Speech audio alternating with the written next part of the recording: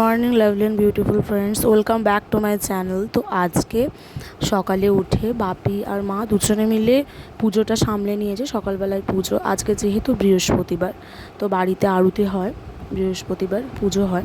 তো আমি সকালে উঠে স্নান করে নেওয়ার পর আমার বোন কলেজে বেরোবে, বাবাও বেরোবে বলে সকালে উঠে আগে ভাজাভুজি শুরু করে দিয়েছি, পটল ভাজা, বেগুন ভাজা। তোমরা দেখতেই পাচ্ছ সকালে ঠাকুরকে খাবার দেওয়া হয়ে গেছে, গোপালকে খাবার দেওয়া হয়েছে।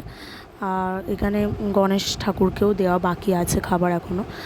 গোপালটাকে সকালে উঠে সেবা দিয়ে দেওয়া হয়, তারপরে সব ঠাকুরকে ভোগ দেওয়া হয়।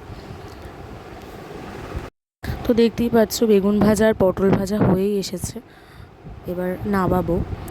তো এই সাইডে ভাত বসিয়ে দিয়েছি, যেহেতু বৃহস্পতিবার ভাত তো শুকনো বসানো যাবে না, আলু দিয়ে বসাতে হবে।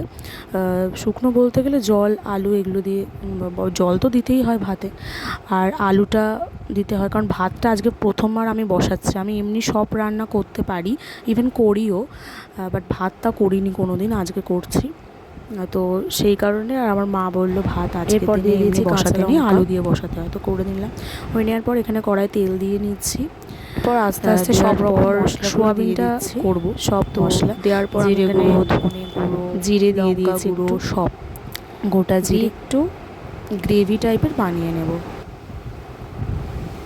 গ্রেভিটা হয়ে আসার পর তেজপাতা দিয়ে দিলাম, দেওয়ার পর ক্যাপসিকামগুলো সব দিয়ে দিলাম, দেওয়ার পর এখানে একটু আদা ছেড়ে দিয়ে শেষ। সোয়াবিনটা ছিল বলে আস্তে করে পনিরের পকোড়া করেছে। দেওয়ার পর সোয়াবিন আর আলুটা তুলে দেওয়ার পর